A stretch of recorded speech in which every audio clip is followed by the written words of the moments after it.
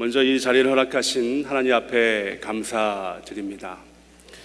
오늘 말씀을 통하여 하나님의 귀한 사랑과 은혜가 저와 여러분의 삶 속에 임하기를 주님의 이름으로 소원합니다. 오늘 본문은 우리 연합감리교회 교회력에 따른 본문으로 오순절 23번째 주일에 해당됩니다. 특별하게 지금 이 시즌에는 우리 믿음의 선조들 또 믿음의 성인들을 기리고 또 추모하는 그런 기간이기도 합니다. 특별하게 우리가 섬기는 연합감리교회에서는 이번 주에는 우리 일본인 감리교 선교사님인 가니치 미야마를 우리가 기억하고 그분의 또 했던 사역들을 묵상하고 있습니다. 그는 우리가 살고 있는 이곳 하와이와 또 일본에서 하나님의 말씀을 전하고 특별하게 어렵고 힘든 자들을 위해서 참 귀한 사역을 감당했던 분이십니다. 특별하게 초기 일본 이민자들을 위해서 연약한 그들의 삶에 이민자의 삶 속에서 고통받는 자들을 위해서 열심히 사역을 감당했고요. 그들에게 주님의 자비를 전하도록 애를 썼습니다. 그뿐만 아니라 일본으로 돌아가서는 열심히 또 사역을 하셨는데 사역할 때에 일본에 큰 지진이 나서 많은 사람이 죽고 다치는 일이 있었습니다. 그 목사님의 조카도 죽게 되었고요. 그리고 목사님과 그 사모님도 다치는 일이 생겼습니다. 그럼에도 불구하고 그 목사님은 더 다치고 더 고통받는 자들을 위해서 열심히 사역을 하셨다라고 알려져 있습니다. 이렇게 고통받는 자들을 위해 그의 삶은 헌신하며 주의 자비가 이 땅에 임하도록 애를 쓰셨다라는 것입니다. 사실 이렇게 사는 것은 쉽지 않습니다. 우리가 고통 가운데 있으면 괴롭죠, 힘들죠. 근데 그 가운데에 주님의 자비하심을 기다리고 주님의 자비하심을 바라보는 것은 결코 쉽지 않습니다. 그럼에도 우리 미야미 목사님처럼 또 그 밖에 믿음의 선조들은 계속적으로 하나님을 신뢰하고 하나님의 그 귀한 자비를 바라보고 있었다라는 것이죠. 여러분들은 고통 가운데에 주님을 바라보고 계십니까? 고통 가운데서 주님을 신뢰하고 계십니까? 아멘. 얼마 전 저는 충격적인 소식을 들었습니다. 지금은 다른 교단에서 목회를 하고 계시지만 저와 LA에서 사역을 같이 했던 한 목사님의 아들이 2주 전에 사고로 사망한 것입니다. 그 소식을 듣고 얼마나 놀라고 슬펐는지 모릅니다. 그 청년이 어렸을 때부터 제가 보았고 함께 있었기 때문에 아직도 제 눈에 선하고 문득문득 제 마음이 너무너무 아파오는 이유는 그 아이를 제가 너무나 잘 알기 때문입니다. 왜 27살밖에 안 된 청년에게 이런 일이 벌어지고 왜 그 가족들은 말할 수 없는 고통을 당하고 있는 건가요? 근데 놀라운 것은 그 청년의 장례식 때에 그 청년의 아버지 목사님이 장례식을 인도했는데 이런 고백을 했다고 합니다. 그가 어떻게 죽었는지는 생각하지 않습니다. 왜 하나님이 그를 데려가셨는지 그리고 그것을 통하여 나는 하나님의 뜻을 분별하고 싶습니다. 사실은 자식을 보내고 이런 고백을 하는 것은 쉽지 않죠. 근데 고통 가운데에서도 그 목사님은 계속적으로 주님을 신뢰하고 주님을 의지하고 이 고통 가운데에 주님의 자비하심을 바라보고 있다라는 것입니다. 이렇듯 우리 삶에 갑자기 찾아오는 여러 가지 고통이 있습니다. 우리 사랑하는 우리 성도님이었죠. 송정길 목사님 또 이정무 성도님 또 하나님의 부르심을 받았습니다. 이런 문제들이 갑자기 우리 삶에 찾아오죠.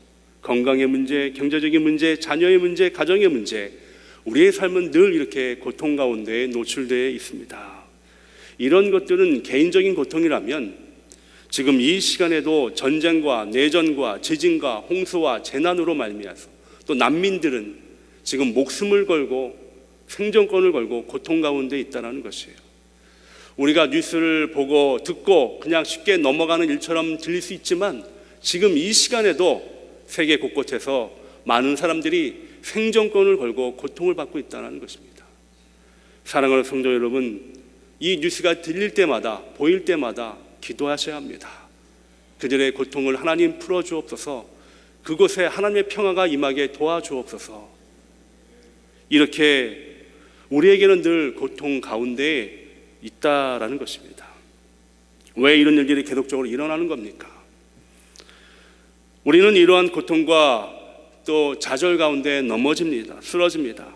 왜 하나님이 살아계시다면 왜 우리에게 이런 고통을 주시는 겁니까? 라고 때로는 하나님은 원망할 수도 있습니다. 그러나 저는 이 시간 여러분과 함께 이 고통의 자리에서 좌절하지 말고 넘어지지 말고 포기하지 말고 계속적으로 우리를 향하여 보여주시는 하나님의 깊은 자비의 은혜를 함께 나누기를 소원합니다. 그래서 이 고통 가운데에 주님을 만나시는 저와 여러분 되시기를 주님의 이름으로 소원합니다. 오늘 이 시간 고통의 자리에 있었지만 계속적으로 하나님을 신뢰하며 주님의 자비를 기대하였던, 바라보았던 이 세리의 기도를 통하여 오늘 여러분과 함께 말씀을 나누기를 원합니다. 오늘 제목을 그래서 고통의 자리에서 주님의 자비로라는 제목을 잡았어요. 혹시 여러분이 고통의 자리에 있다면 이 시간 주님의 자비로 초대되는 귀한 은혜가 여러분의 삶 가운데 임하기를 소원합니다. 오늘 본문 우리가 너무나 잘 아는 누가복음 18장 9절로 14절의 말씀, 바리새인과 세리의 기도이죠. 오늘 본문의 배경을 보면 바리새인과 세리가 기도하러 성전으로 올라갑니다. 본문에는 성전으로 올라간다라고 되어 있습니다. 그 이유는 바로 성전이 언덕 위에 있었기 때문에 사람들이 기도를 하기 위해서는 바로 성전으로 올라갔습니다. 유대인에게는 기본적으로 3번의 기도, 하루에 3번의 공적 기도 시간이 있었습니다. 오전 9시, 정오, 오후 3시. 그런데 이 공적인 시간 외에 사람들이 개인적으로 기도하러 많이 성전에 올라갔습니다. 우리도 그렇죠. 우리도 이렇게 오늘 공적인 예배도 있지만 또 새벽 기도 예배도 있지만 또 종종 여러분들이 시간 날 때마다 하나님의 성전에서 와서 기도하지 않습니까? 바로 그것이죠. 오늘도 바리새인과 세리가 기도하러 갑니다. 근데 이 2명의 일상적인 기도처럼 보이지만 주님은 바로 이 2명의 기도의 비유를 통하여 우리에게 말씀하시고자 하는 그 요점이 있다라는 것이에요. 9절에 보니까 또 자기를 의롭다고 믿고 다른 사람을 멸시하는 자들에게 이 비유로 말씀하시되, 바로 바리새인을 두고 말하는 말입니다. 주님께서 바리새인을 책망하기 위해서 이 말씀을 주신 거죠. 근데 사실 그때 상황을 보면 세리보다 바리새인들이 더 많은 관심과 존경을 받았다라는 것입니다. 그래서 어떻게 보면 세리가 더 많은 질타를 받아야 합니다. 그런데 주님은 세리보다 바리새인에게 질타를 하며 이 본문을 주시는 거예요. 이것이 말하는 요점은 그것입니다. 우리의 관점과 우리 주님의 관점은 다르다라는 것입니다. 주님의 관점은 바로 자기의 의에 빠져 사람을 멸시하는 바리새인보다는 죄인이라고 고백하는 세리에게 더 관심을 가지고 있다라는 것이에요. 여러분, 이 시간 하나님은 똑같은 관점으로 우리를 바라보십니다. 다시 말해 지금 평안한 것에 안주하는 인생보다 고통 가운데 있지만 그 고통 가운데서 주님을 바라보라고 열심히 애를 쓰는 한 영혼 한 영혼을 주님께서 살펴보시고 계신다라는 얘기예요. 그것을 보자면 사랑하는 여러분, 고통은 결코 우리에게 저주가 아니라는 것입니다. 고통은 우리가 주님을 바라볼 수 있는 귀한 특권이다라는 것입니다. 오늘 사랑하는 여러분, 힘들고 어려운 일이 있다면 바로 그 시간을 통하여 주님을 바라보는 귀한 은혜가 있기를 소원합니다. 그러면 세리는 어떤 고통이 있었는가? 오늘 첫 번째 세리의 고통은요, 공동체에서 벌어지는 고통이었다라는 거예요. 오늘 본문 13절에 보니까 이렇게 고백이 됩니다. 세리는 멀리 서서 기도한다라고 되어 있어요. 멀리 섰다. 여기서 멀리 섰다라는 것은 바로 하나님의 성전에서 거룩한 지성소에서 멀리 떨어졌다는 것입니다. 보통 사람들 같으면 가까이 와서 하나님의 성전에 와서 기도하기를 원하지만 세리는 감히 가까이 오지 못하고 멀리 섰다라는 거예요. 그 이유가 있습니다. 그 이유는 예수님 당시의 세리는 창기와 이방인과 같이 바로 죄인에 속해졌다라는 것입니다. 마태복음 9장 10절 11절에도 이 세리와 죄인의 단어를 같이 썼다는 얘기예요. 그러니까 세리를 죄인으로 보았다라는 것입니다. 왜 세리가 죄인으로 이렇게 전락이 되었느냐? 바로 로마 제국의 세금 제도를 보면 세금을 나라에서 걷는 것이 아니라 민간인이 걸었습니다. 민간인들이 걸었는데 작년에 세금을 산출해서 그것을 통하여 올해의 세금을 책정하고 그것을 세금을 걷어들이는 일을 했습니다. 근데 이 세리들은요, 그들에게 고용된 사람들이었어요. 이 세리들이 세금을 거둘 때에 측정된 금액보다 좀 높게 측정을 하여서 나머지를 착취하는 일들을 세리들이 많이 했습니다.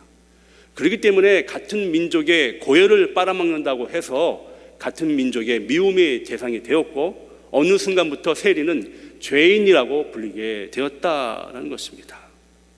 이런 이유로 세리는 사람들 앞에 눈치를 보며 당당하게 하나님의 성전으로 나아가지 못하고 저 멀리 서서 기도하는 모습으로 전락이 되어버렸다는 것입니다. 바로 이런 것이 세리에게는 고통이었습니다. 우리에게 여러 가지 고통 가운데 가장 큰 고통은 바로 공동체와 함께하지 못하는 고통입니다. 요새 말로 왕따죠. 바꾸어 말하면 하나님이 주신 많은 축복 중에 하나가 함께하는 공동체가 있다라는 것입니다. 작게는 가정의 공동체를 주셨고요, 또 속회나 선교회나 교회 공동체에 믿음의 공동체를 허락하셨고, 또 직장을 통하여 사회의 모험을 통하여 사회적인 공동체를 하나님이 이루게 하셨습니다. 더 크게는 이 큰 나라의 공동체를 우리에게 주셨다. 우리는 이 공동체 안에서 살아가고 함께 먹고 마십니다. 우리는 이러한 공동체와 함께 성장하고 배우면서 깊은 연대의식을 가지게 되고요, 또 어려움도 함께 나누고 위험도 함께 대처합니다. 물론 기쁨도 함께 나누는 것이 공동체죠.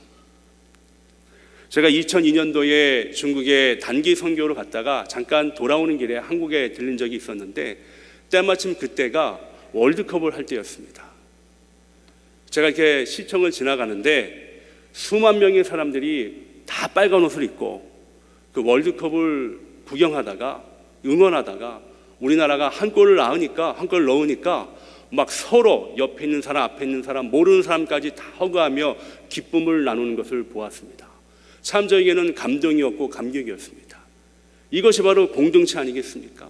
우리가 한 민족이라는 공동체를 함께 기쁨을 나누는 것이죠.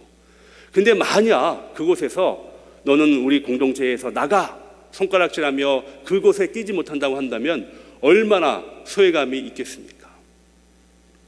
바로 세리는요, 이런 공동체에서 배제된 사람이었어요. 그래서 그의 고통은 참 컸을 것입니다. 동물들도 마찬가지입니다.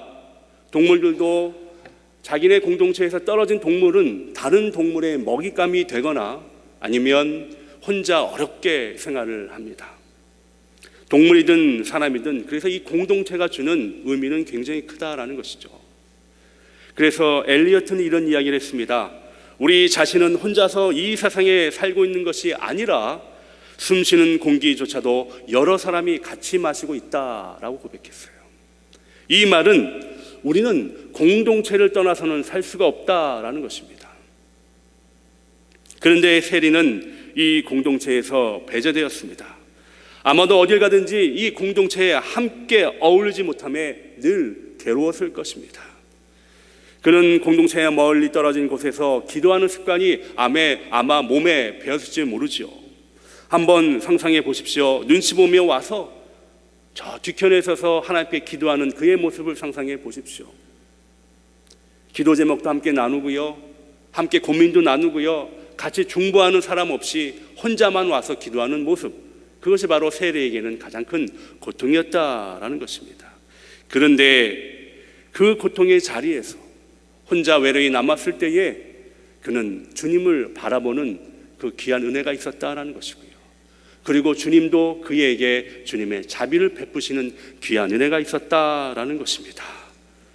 사랑하는 여러분, 여러분들이 지금 혼자라고 외롭다고 생각하십니까? 공동체에서 배제됐다고 생각하십니까? 그것 때문에 고통의 자리에 계십니까?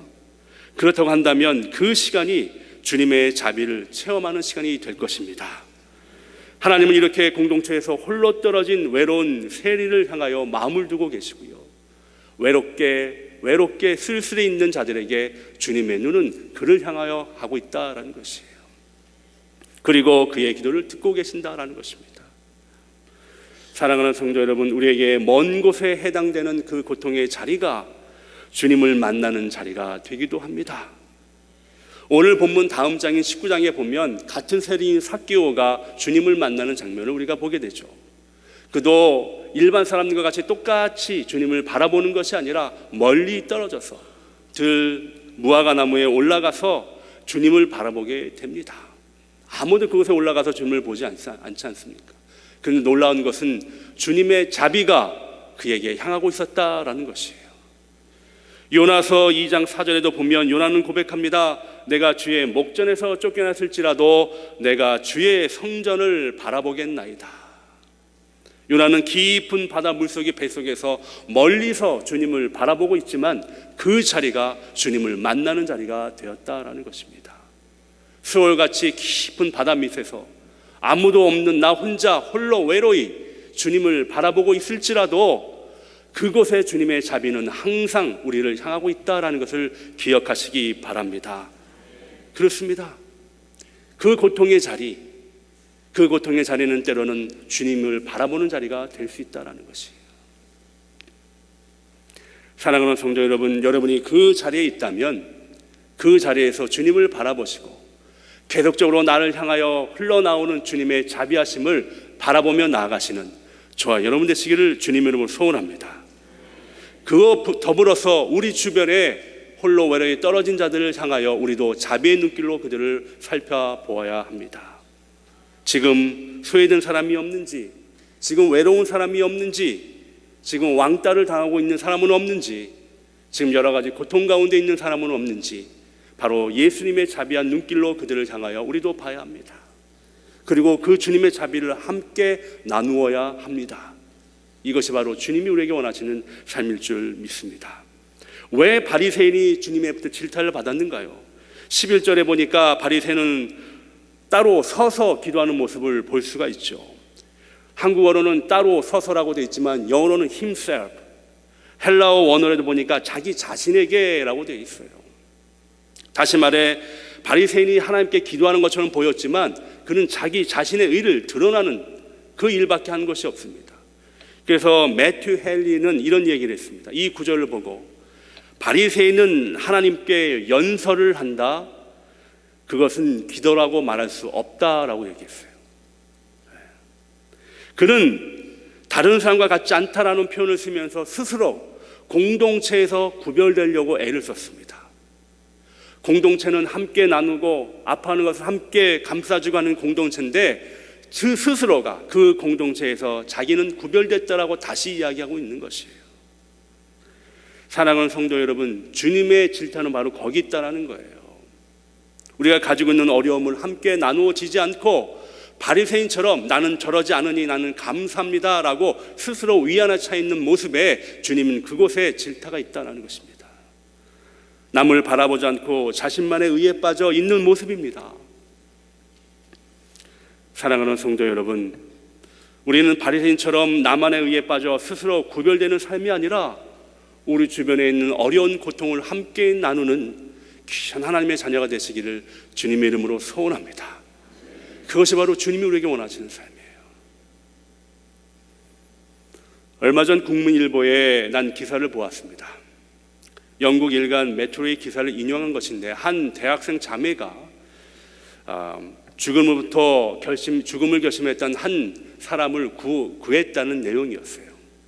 그것을 여러분과 함께 나누기를 원합니다. 여대생이었던 캐시 피셔는 학교에서 쉬는 시간에 거리를 배회하다 망연자실한 표정으로 땅에서 동전을 줍는 한 남자를 발견했습니다. 동전을 주는 남자가 인근 카페로 들어가는 것을 본 캐시는 그의 뒤를 따라 카페로 들어갔습니다. 캐시는 그곳에서 주문을 망설이고 있는 그 남자를 발견했습니다. 그의 손에는 $1밖에 없었기 때문입니다. 이 모습을 본 캐시는 그 남자에게 짧은 인사를 건넨 뒤 그를 위해 커피와 베이글을 샀습니다. 이어서 캐시는 그 남자에게 커피와 베이글을 함께 먹을 것을 권유했습니다. 하지만 그는 캐시의 이유 없는 친절을 거부하며 피했습니다. 그러나 캐시는 끝까지 포기하지 않고 그를 설득한 끝에 마주 앉아서 함께 식사를 할 수 있었습니다. 함께 식사를 하며 그 남자는 캐시에게 어렵게 말문을 열었습니다. 그리고 그는 자신이 살아온 삶에 대해 털어놓기 시작했습니다.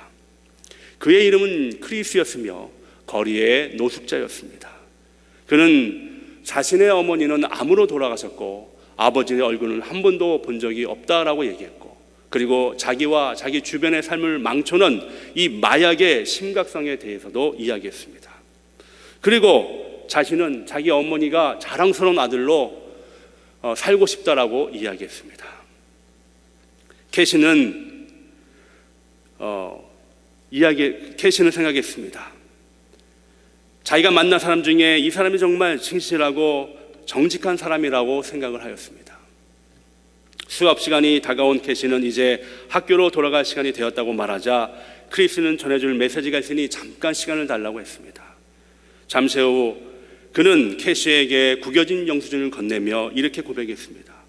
글씨체가 더러워서 죄송합니다 하고 말한 뒤 그 자리를 떠났습니다. 그가 남기고 간 영수증에는 이렇게 적혀 있었습니다.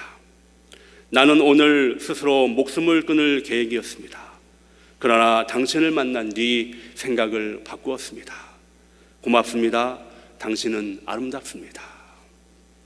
사랑하는 성도 여러분, 공동체에서 떨어져 인생의 괴로움을 매일매일 느끼고 살아갔던 한 노숙자는 아마 오늘 세례와 같은 모습이었을 것입니다.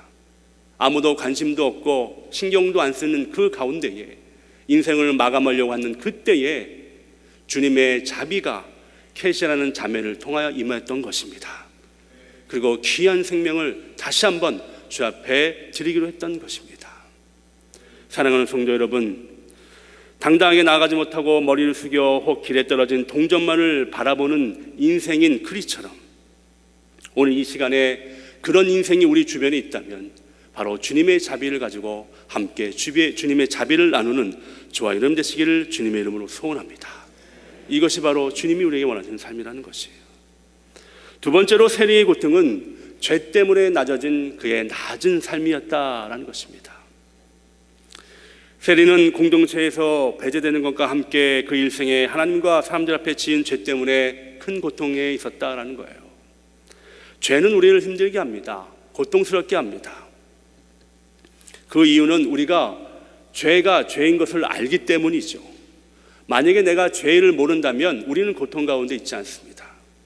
그런데 이 죄 때문에 내가 낮아지는, 그 때문에 내가 주님을 바라본다 한다면 때로는 이 낮아짐의 은혜가 우리에겐 축복이 될 수 있다라는 것입니다. 그는 오늘 본문 13절에 보니까 이렇게 그의 낮아짐의 모습을 표현되고 있습니다. 그는 먼저 하늘을 우러러 보지도 못하였다라고 되어 있어요. 시편 123편 1절에 보니까 하늘에 계신 주여 내가 눈을 들어 주께 향하나이다 라는 고백이 있습니다. 유대인들의 기도법 중에 하나가 뭐냐면, 자세 중에 하나가 바로 눈을 하늘에 들고 두 손을 높이 들고 하나님 앞에 기도하는 것이 그들의 기도의 방법입니다. 이 기도의 방법은 성경 곳곳에 기록이 되어 있습니다. 그런데 세리는 그러한 기도를 하지 못한 것이었습니다. 바로 하나님 앞에, 사람 앞에 지은 죄 때문에 그는 하늘을 우러러보지도 못하고 겸손한 마음으로 주 앞에 기도하고 있다라는 것입니다. 이런 자세만 보더라도 세리는 하나님 앞에 죄인됨을 고백하는 모습을 볼 수 있습니다. 당당하게 서 있는 바리새인과 너무 대조가 되는 장면이다라는 것이에요. 그는 낮은 모습 속에서 기도를 하고 있다라는 것입니다. 또는 그는 가슴을 치며 기도합니다. 여기서 말하는 가슴을 치다라는 것은 단지 가슴을 치는 것이 아니라 우리가 찬양이나 기도를 할 때 우리의 손을 가슴에 대죠. 그 이유는 우리의 마음에 하나님의 영이 임한다는 것을 우리가 소원하는 마음으로 그렇게 하지 않습니까? 이 가슴을 친다는 의미는 바로 내 죄의 근원인 내 마음속에 바로 그 죄를 주 앞에 간절한 마음으로 회개하는 모습을 보여주고 있다라는 것입니다. 고개를 들지 못하는 것은 하나님 앞에 겸손함을 의미한다면, 가슴을 친다는 것은 진실하게 우리의 죄를 주 앞에 고백하는 모습을 보여주고 있는 것입니다. 그리고 또 그는 하나님 앞에 나를 불쌍히 여기셔서 나는 죄인입니다 라고 고백하고 있습니다. 이 불쌍히 여기옵소서라는 것은 하나님 분노하지 마옵소서라는 의미입니다. 하나님 앞에 자기 자신의 죄를 온전하게 고백하는 것이죠. 이 짧은 기도, 나를 불쌍히 여기셔서 나는 죄인입니다라는 이 고백을 주님께서 듣고 있다라는 것이에요. 그와 반면에 바리새인은 구체적으로 기도합니다. 조목조목 기도합니다. 11절에 보니까 나는 무엇을 하지 아니하였습니다. 12절에는 나는 무엇을 했습니다 라고 기도하고 있어요. 잘 짜여지고 세련되고 아름다운 기도처럼 들립니다. 그러나 하나님은 그 기도에는 관심이 없었다라는 것이에요. 사랑하는 여러분, 그렇습니다. 나를 불쌍히 여기셔서 나는 죄인입니다라는 이 낮은 자리에서 기도하는 세리의 기도, 이 기도를 주님께서 듣고 계시고 그 기도를 응답하신다라는 것입니다. 세리는 그 낮은 자리에서 하나님을 보았습니다. 낮은 자리는 부끄러운 자리이며 인정받지 못하는 고통의 자리입니다. 그런데 하나님은 그 낮은 자리에서 그를 만나셨다라는 거예요.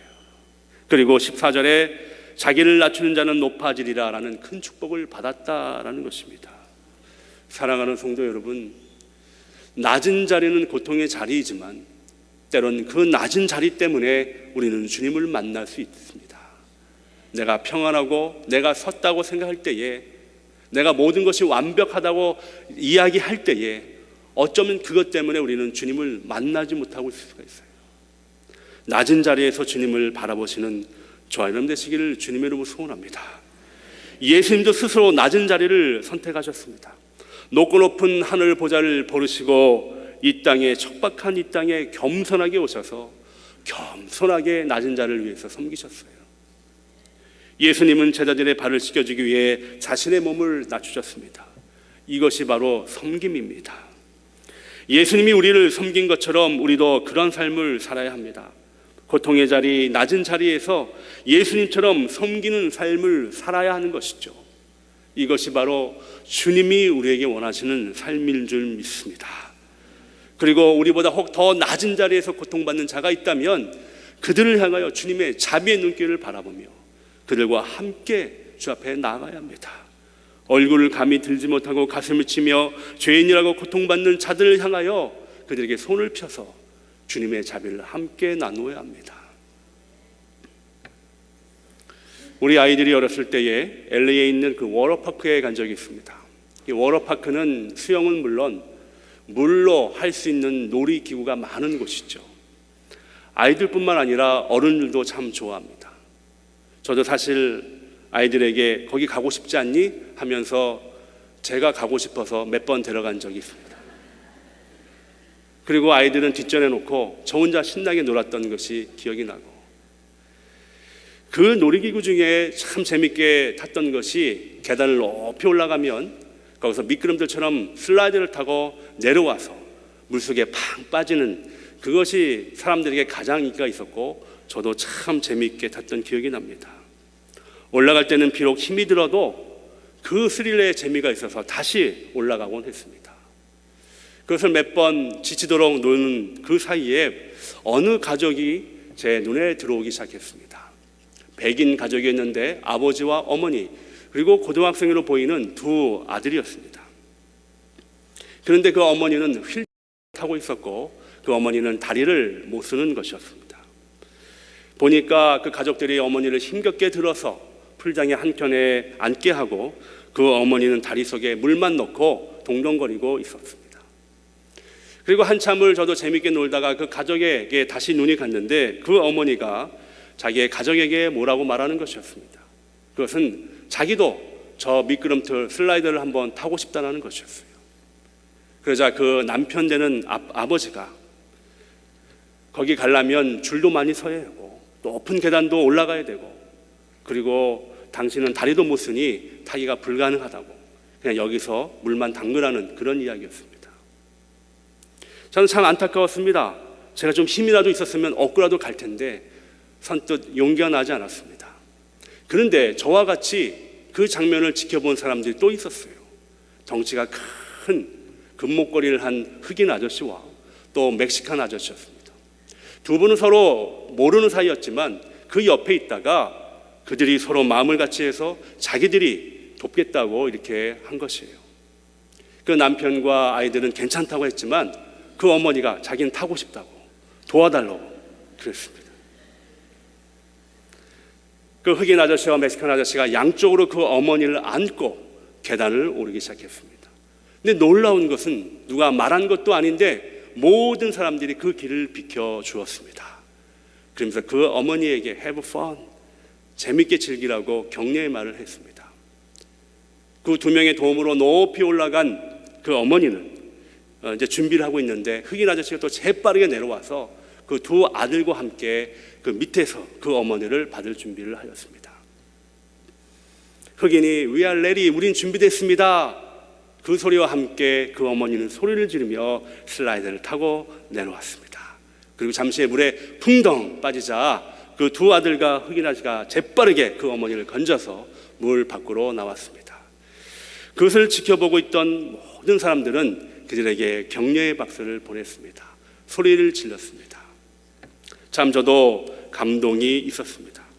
그 가족과 어머니는 연신 그 두 분에게 허그를 하며 고맙다고 했습니다. 저는 이 장면을 보면서 마치 한 중풍병자를 예수님께 데려간 그 귀한 친구들이 생각이 났습니다. 아무도 돌아보지 않는 낮고 낮은 자리에서 고통받는 중풍병자에게 주님의 자비하심을 함께 느끼길 원해서 지붕을 뚫고 함께 들어간 그 4명의 귀한 친구들, 바로 주님은 우리가 그런 삶을 살기를 원하시는 것입니다. 낮고 낮은 힘든 가운데서 고통받는 자들, 그래서 인생을 포기하고 싶고 그래서 인생을 이제 더 이상 살고 싶지 않은 그 영혼들에게 다가가서 주님의 자비가 당신과 함께 있다라고 알려주며 격려해주며 손을 잡아주는 그 인생이 바로 하나님이 우리에게 원하시는 삶일 줄 믿습니다. 사랑하는 성도 여러분, 말씀을 정리합니다. 우리에게 고통은 늘 찾아옵니다. 지금 그 고통 가운데 계신 분들도 있을 것입니다. 그리고 우리 이웃과 주변에 이런 고통으로 말미암아 외면당하고 낮아진 많은 사람들이 있을 줄 압니다. 그러나 그 고통 가운데 자잘하고 낭망하는 삶이 아니라 그 고통 가운데 나와 함께 계시며 내 이웃에게 자비를 베푸시는, 그 자비를 계속 바라시는 주님을 바라보시기를 주님의 이름으로 소원합니다. 주님은 결코 우리를 포기하지 아니하십니다. 우리는 결코 그 주님의 자비를 포기해서는 안 됩니다. 이제 나와 내 이웃이 우리를 향하신 주님의 자비하심으로 한 걸음 한 걸음 나아가며, 그래서 이제 온전한 주님의 제자가 되어 세상을 변화시키는 저와 여러분 되시기를 주님의 이름으로 소원합니다. 기도하겠습니다. 전능하시고 거룩하신 하나님, 늘 우리에게 한없는 자비와 은혜를 베푸시는 하나님 앞에 감사드립니다. 지금 나와 내 이웃에게 처한 고통과 어려움이 있다면 이제 나를 향한 주님의 귀한 사랑과 은혜를 바라보게 하시고 다시 일어날 수 있도록 인도하여 주옵소서. 하나님에 대한 신뢰를 잃어버리지 않도록 도와주시고 주님의 자비를 다시 한번 맛보며 이제 주님의 온전한 제자가 되어 세상을 변화시킬 수 있도록 인도하여 주옵소서. 거룩하신 예수님의 이름으로 기도합니다. 아멘.